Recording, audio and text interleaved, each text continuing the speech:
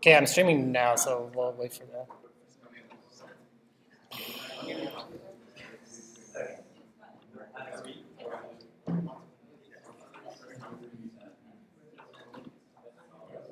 Okay, that's weird.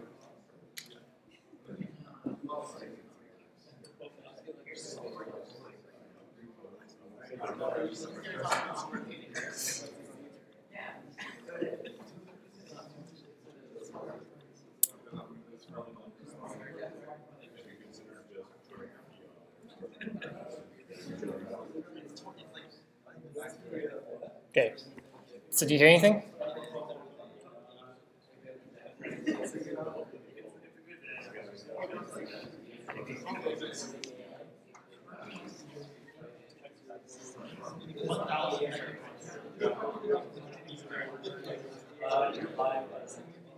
Am I? How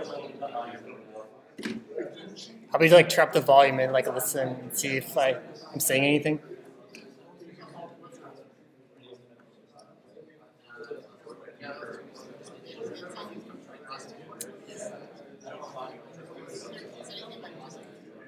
How do you not have audio?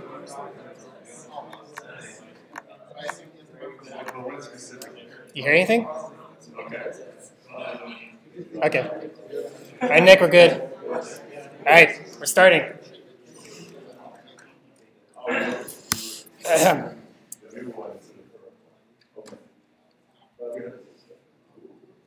It's going to show that. Hold on a second.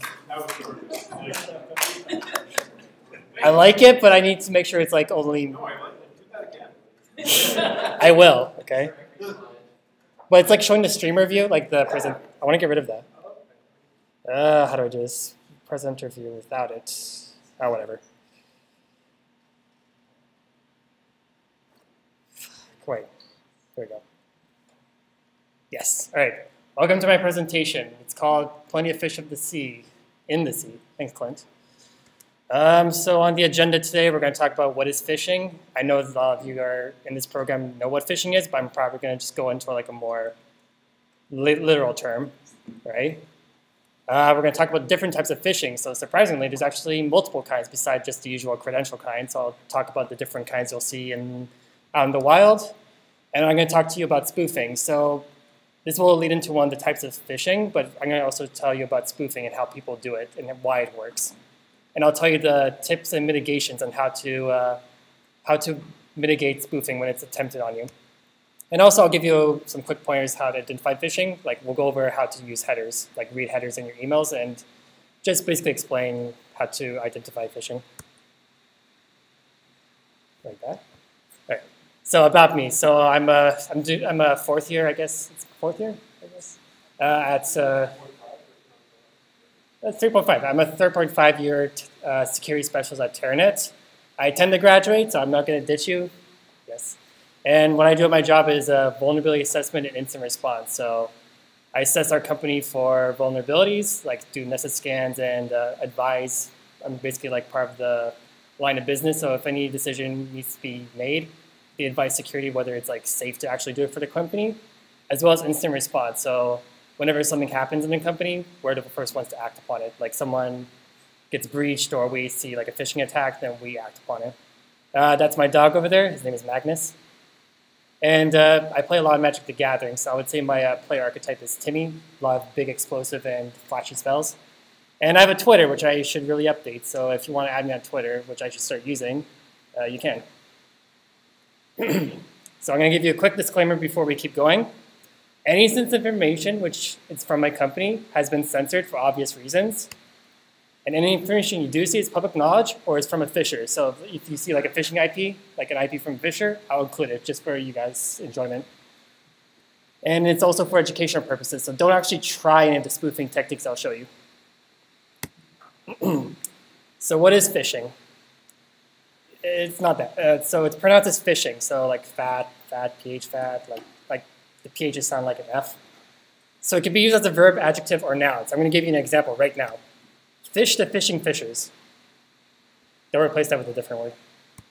An attacker attempts to trick an unsuspecting user into giving their credentials. So this is a kind of social engineering tactic, more based on email. So you're trying to essentially trick the user. a lot of effort and money is spent by criminals trying to get past the controls that companies put in place to stop phishing in the first place. So it's a very big organization. There'll be like new techniques, and they get very, very creative with how to phish people.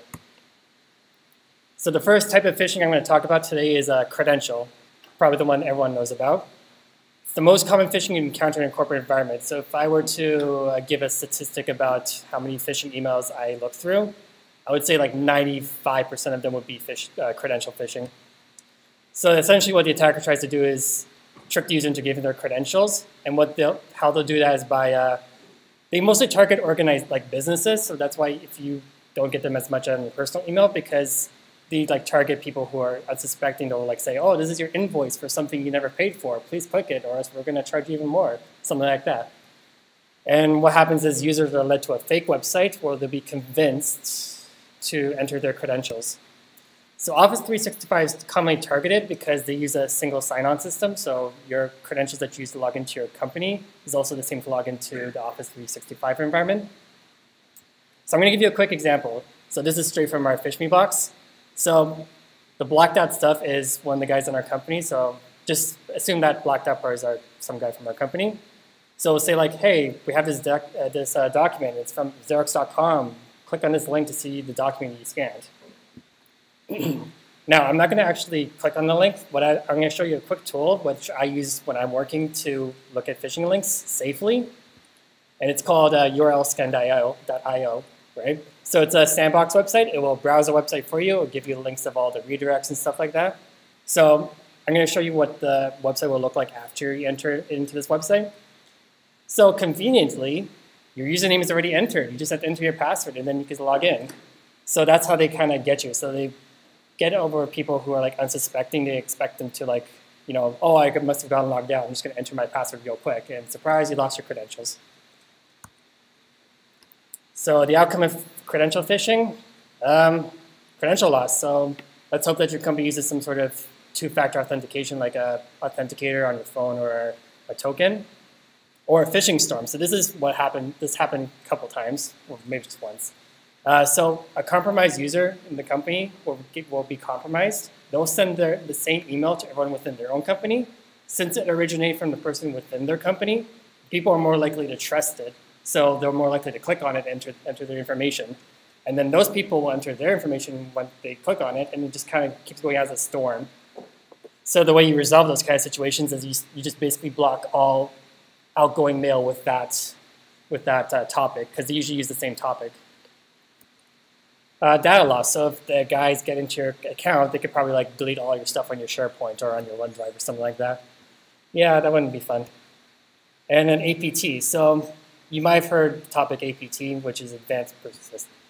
And what they do is they essentially hide in your organization, but they don't really do anything. They're just trying to be as covert as possible, and they're just trying to gather as much information as possible. And then once they gather enough information to go for like the throat, they will do it into the like, steal our information. So by allowing credential phishing to happen in your organization, you're increasing the possibility of these APT attacks happening. These are very rare because they're usually sponsored by like states or whatever, but it's a possibility, so you should always be on the lookout for it. The next type of phishing is malware. So the attacker tricks the user into opening a malicious file. So there's two types of methods. It's just like the straight up .exe, like please open me, like pdf.exe. It takes advantage of like, you know, Windows, how it like hides known extensions. So they'll see like PDF, like, oh, I'll open it. So the majority of these kind of phishing emails, the malware kind are caught by a half-decent antivirus or even mail roll. So like they'll say, we don't accept any incoming mails that have an attachment that is .exe. So they wouldn't typically receive it.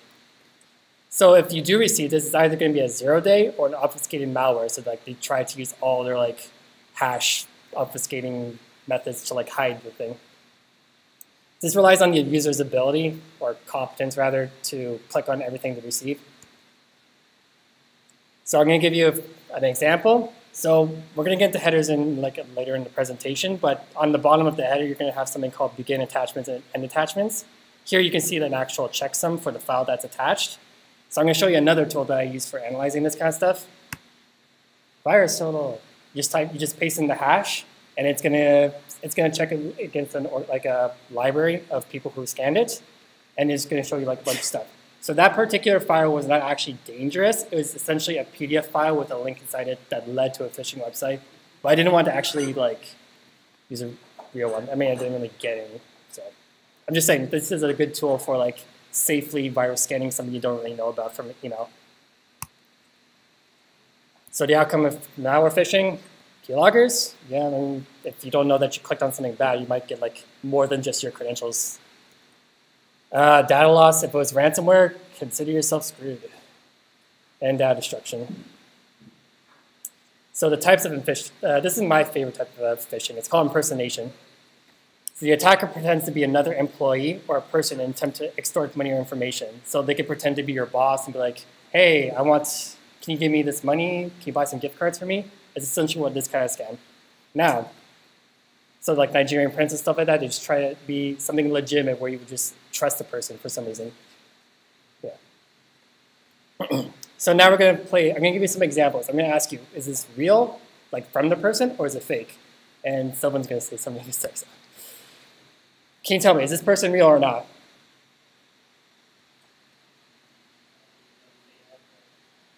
Why do you say it's fake?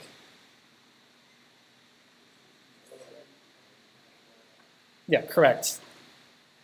Yes, it was. The sender's domain does not match the Terranet email domain, so this is from, yeah. Yeah. I'm going to give you, I still censor anything bad, like you're not going to see that person's email, but I'm just saying as an example, that was one of the phishing emails we received, and yeah.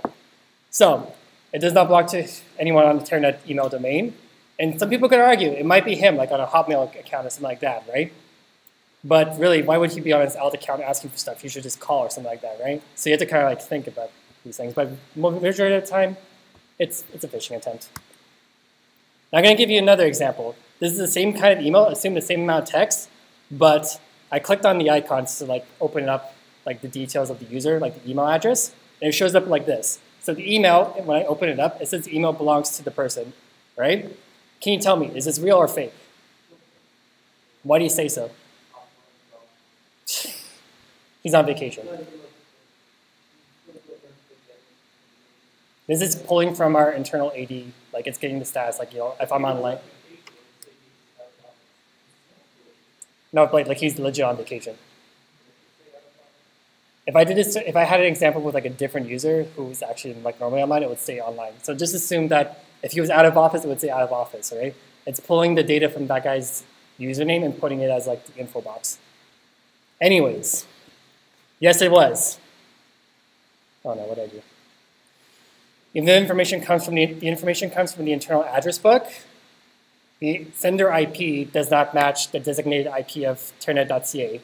And this email was in our quarantine, so it didn't actually get delivered, but I thought I would show it to you guys as an example. So I'm going to go into detail of why this is bad in a second. So the outcome of impersonation, financial loss. Let's give you an example. Your CEO asks you to buy $1,500 worth of iTunes gift cards, and someone actually does that. Using the company credit card, you're eating that cost. Because once you send over the codes, you're not getting that money back. Confidential data loss, let's say you, they ask for like legal documents, like, hey, can you give me the revenue stream for this year or whatever? If you send that over and you don't, and that's not actually him, you just basically divulge company information. And IT compromise, like let's say they ask for like a username and password, like, hey, can you reset my password and give me a new password? You basically just gave like someone the key into your network. Now this is another type of phishing I want to talk about, spear phishing. I wouldn't say it's like a type like that, but it's more like something you should very watch out for. It's not really a category, but more like a flag, like it's like on, off, spear, if it's spear phishing.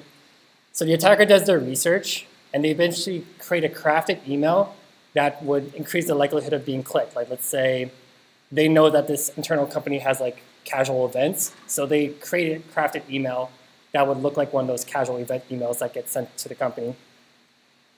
If you're being targeted by a spear phishing campaign, I would strongly suggest monitoring your Office 365 pod logs for the next couple of weeks. It's not updated PowerPoint. It's not. Okay. I mean, some people. Yeah. After this? Yeah. Okay, sorry.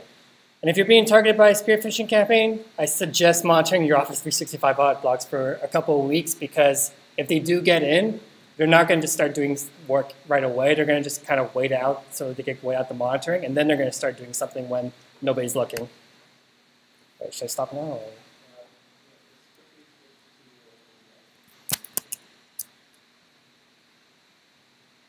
Oh, is that the problem? Or is it really small?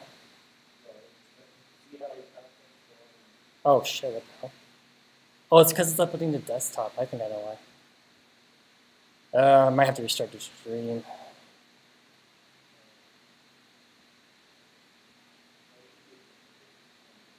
Use display capture? No, it's window capture.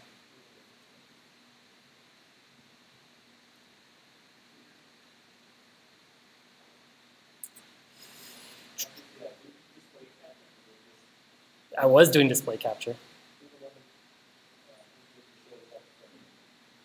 It just shows up for everybody. Well, what I could do is I could run the PowerPoint in like a window, so I think that would still update. But I don't know why the thing's not updating.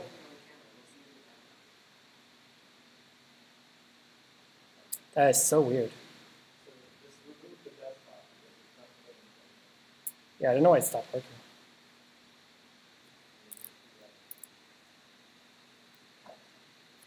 Sorry for the delay.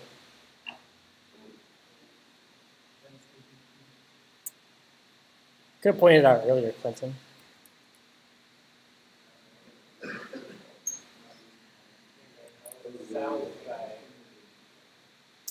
Holy crud. The hell.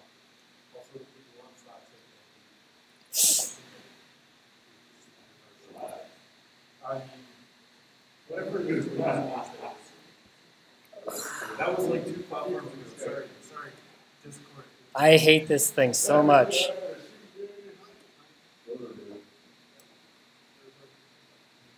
Please.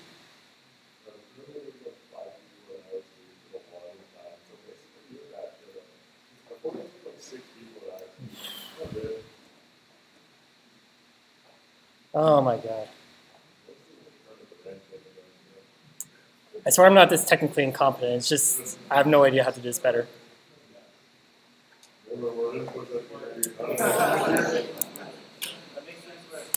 I know, thank you.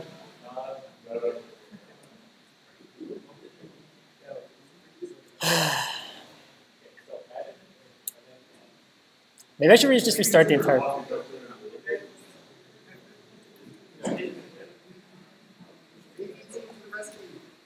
I know nothing about ABS. What? What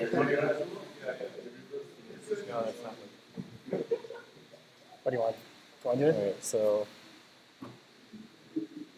I was the sounds guy in high school. I did AV Club too.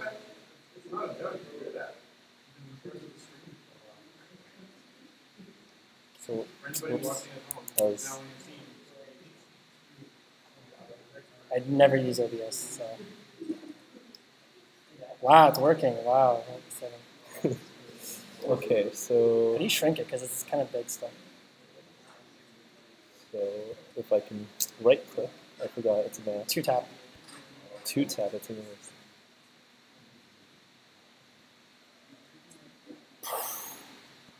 and then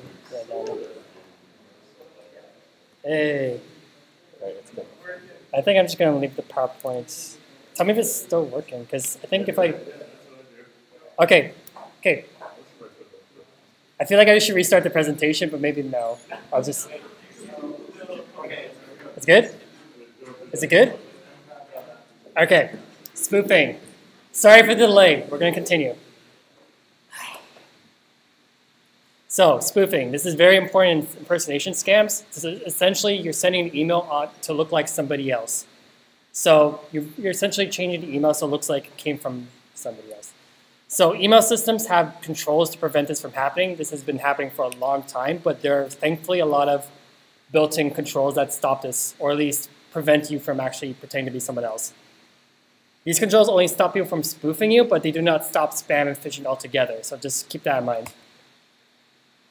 So I'm going to give you a quick refresher on the SMTP protocol. You send a request, you specify where it comes from. So that's the problem here. So you can specify CEO at terranet.ca. That's not the email. And then they ask you, where do you want to send it to? It's like, oh, I'll send it to scammer@hotmail.com. So that's the problem with the SMTP protocol.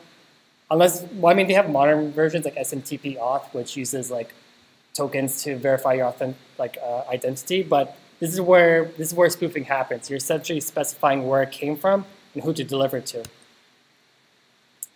So this only works if your organization does not use SPF, DKM, or DMARC, which I'm going to talk about in a couple of slides. And you can send email to pretend to be anything from that company. And it works because you can send anything from the from field. And you can identify this by looking through the headers, which I'll show you in a couple of slides after. The reply to email header is used to allow direct communication between the victim and impersonator. So let's say they ask you, hey, can you send me some gift cards? You press reply. Conveniently, the attacker's email address is in the reply bar. So even though it came from the CEO, looks like it came from the CEO, you'd be replying to the attacker. Don't ask, man. I don't want to talk about it, man, please. So here's an example, all right? So it came from the yep, and it came to 2-person.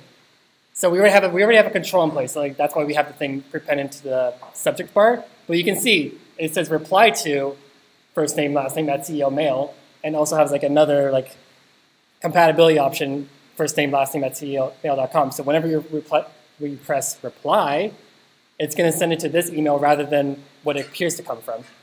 So remember when I showed you those examples of impersonation? I said the second example, which says, is this real or fake? That's why it showed up the stuff with like his legitimate phone address and email, because the from came from someone within our company, and our AD pulled up his information from AD and populated an algorithm. So here's another tactic, similar names. This method works a lot more than I'd like it to, unfortunately. So they send an email from a similar sounding or spelled domain. So I'll give you an example. Terranet. No easy way to block this, as you would essentially need to own or monitor all the domains that are like sound similar to your current domain. And spam filters can mitigate this to some extent, and I'll show you the spam headers in a bit. So they kind of recognize, hey, people are going to be trying to impersonate you, so they already have like some built-in mechanism to like regex to like recognize similar sounding domains and rate them accordingly. And this honestly depends on the ability to identify this. As in mobile clients, when you look at first name, last name, you specifically have to go into details to see the person's full email address, unfortunately. So here's an example of a similar name. OfficeDrive.com, trustworthy, right? So you get an email saying like 5 failed messages, and it's from OfficeDrive.com. And let's not visit that site yet because I don't think you'll like it. So how can we protect, or at the very least limit ourselves to these kind of emails? So I'm going to show you another favorite tool of mine, MX Toolbox. So you can use this against your own organization to see if you guys are using SPF or DKM or DMARC at all, because essentially you're publishing all these settings to your domain. So the first one we're going to talk about is SPF. It stands for Sender Policy Framework. The domain, in this example, Sheridan College, will have a published TXT record in their domain. So if you go to sheridancollege.ca and do a TXT record lookup, you're going to see this information. This record contains the list of domains or IPs that are approved to send emails on its behalf. This prevents spoofing by saying that only authorized IPs are allowed to send emails. So if you get an email claiming to be from Sheridan College, but the IP is not from Sheridan College, then it's going to be an issue. So in detail, so this is the one for Sheridan College. So you're going to have V equals SPF1, specifying this is a SPF record. We're going to include Outlook.com because Sheridan College uses Office 365 for its mail service. They also have some alias records because they use internal mail servers to process like server emails and whatever. And they also have specific IPs. I'm guessing this is how they receive emails internally. Examples. They also do Brightspace. So yeah, this is where you would publish all your approved domains to send on behalf. And this is the next spoofing mitigation. DKIM, domain keys identified mail. The sending SMTP server signs each outgoing mail header with a private key for that domain. And the public key is published in the domain. So you sign the message with the private key, and then you check the validity of the header using the public key, which is available on that domain. So if the signature decrypts properly, then you know this is legitimate. And a fun fact, Sheridan College does not use DKIM. But I mean, there's a legitimate reason to not use it and use it. So this is from the header of one of the Sheridan College emails I've received. You can see and highlight DKIM equals none. That means that the message was not signed by DKIM. So here's a diagram of DKIM. So the emails with the lock is encrypted with the private key. It goes to the email provider, let's say like gmail.com. The Gmail service provider will go to the DNS server and ask, can I see the public key for this domain? The domain will provide the public key, and they will check the header with the private key. If the key matches, it goes to the inbox. If it fails, spam filter. Simple as that. I'm guessing Sheridan College probably turned it off because it's causing too many spam. I'm not sure. Probably ask them. So in detail, so this is what it looks like in actual DNS. So it'll be like v equals DKIM1, specifying what kind of entry it is. They're using RSA, and that's the public key, and it's cut off because it's pretty huge. So this is the last spoofing mitigation I'm going to talk about, DMARC. So it's called Domain-Based Message Authentication Reporting and Conformance. Pretty mouthful. So this is what you do with the results of DKIM SPF. So companies specify in their domain how they want emails that are sent from their email to be handled. I'll explain in a second. So emails that fail the DMARC check can be sent to the domain owner's reporting mailbox, which is called the RUA or the RUF. And the RUA and RUF is what happens to an email that fails DMARC. So they essentially, so the receiving server, if they get an email that fails the DMARC check, they will send a report to the proper domain and say, hey, we received this email and it failed our checks. Can you please check? And this is very useful in case, you've been getting a lot of these kind of emails, because you don't want your own emails to look illegitimate. You want your legitimate emails to get delivered.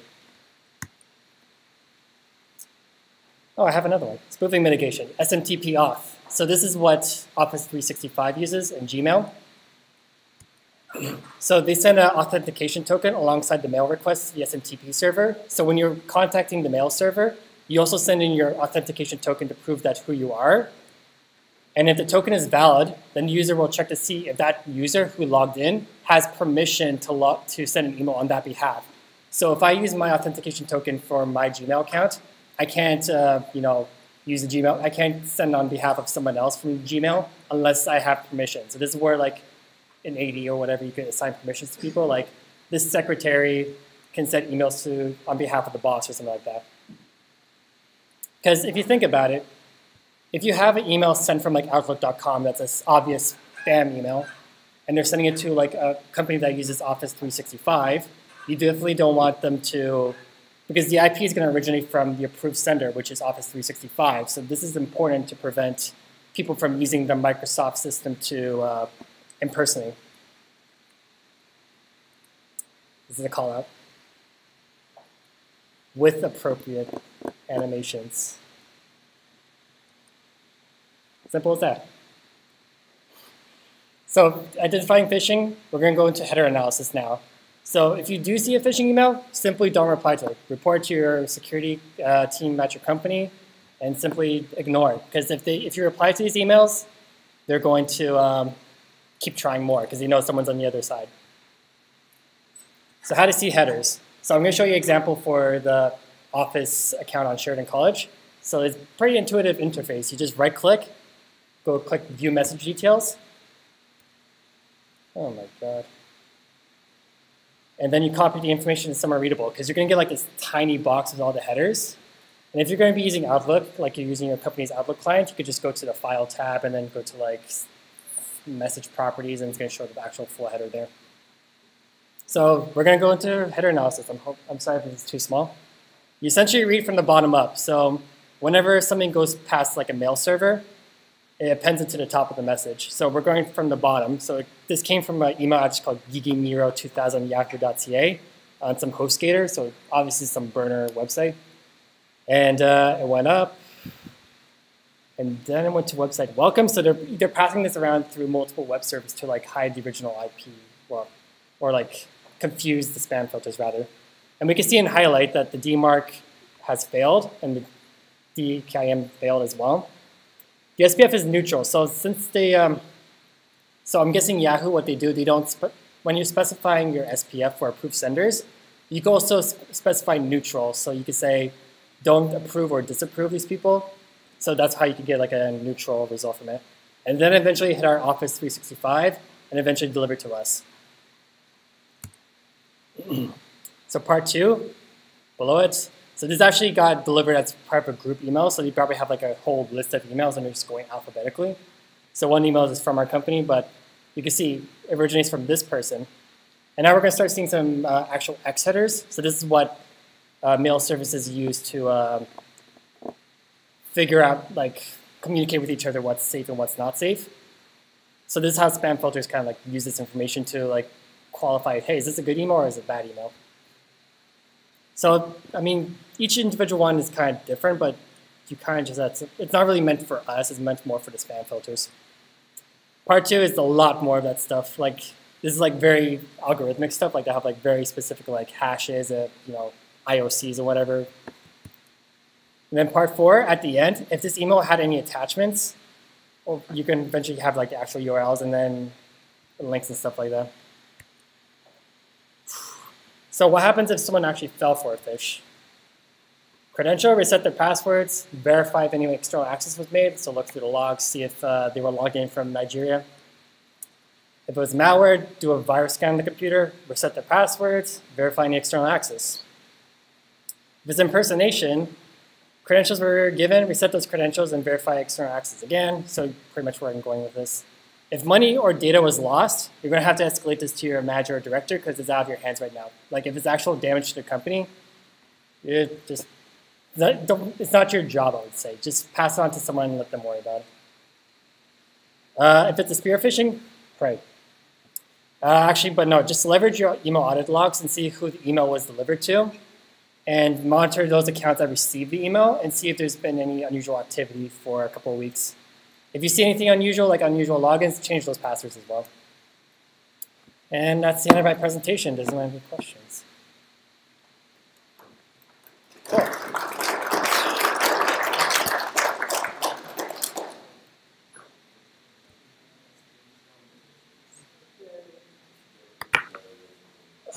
That's painful.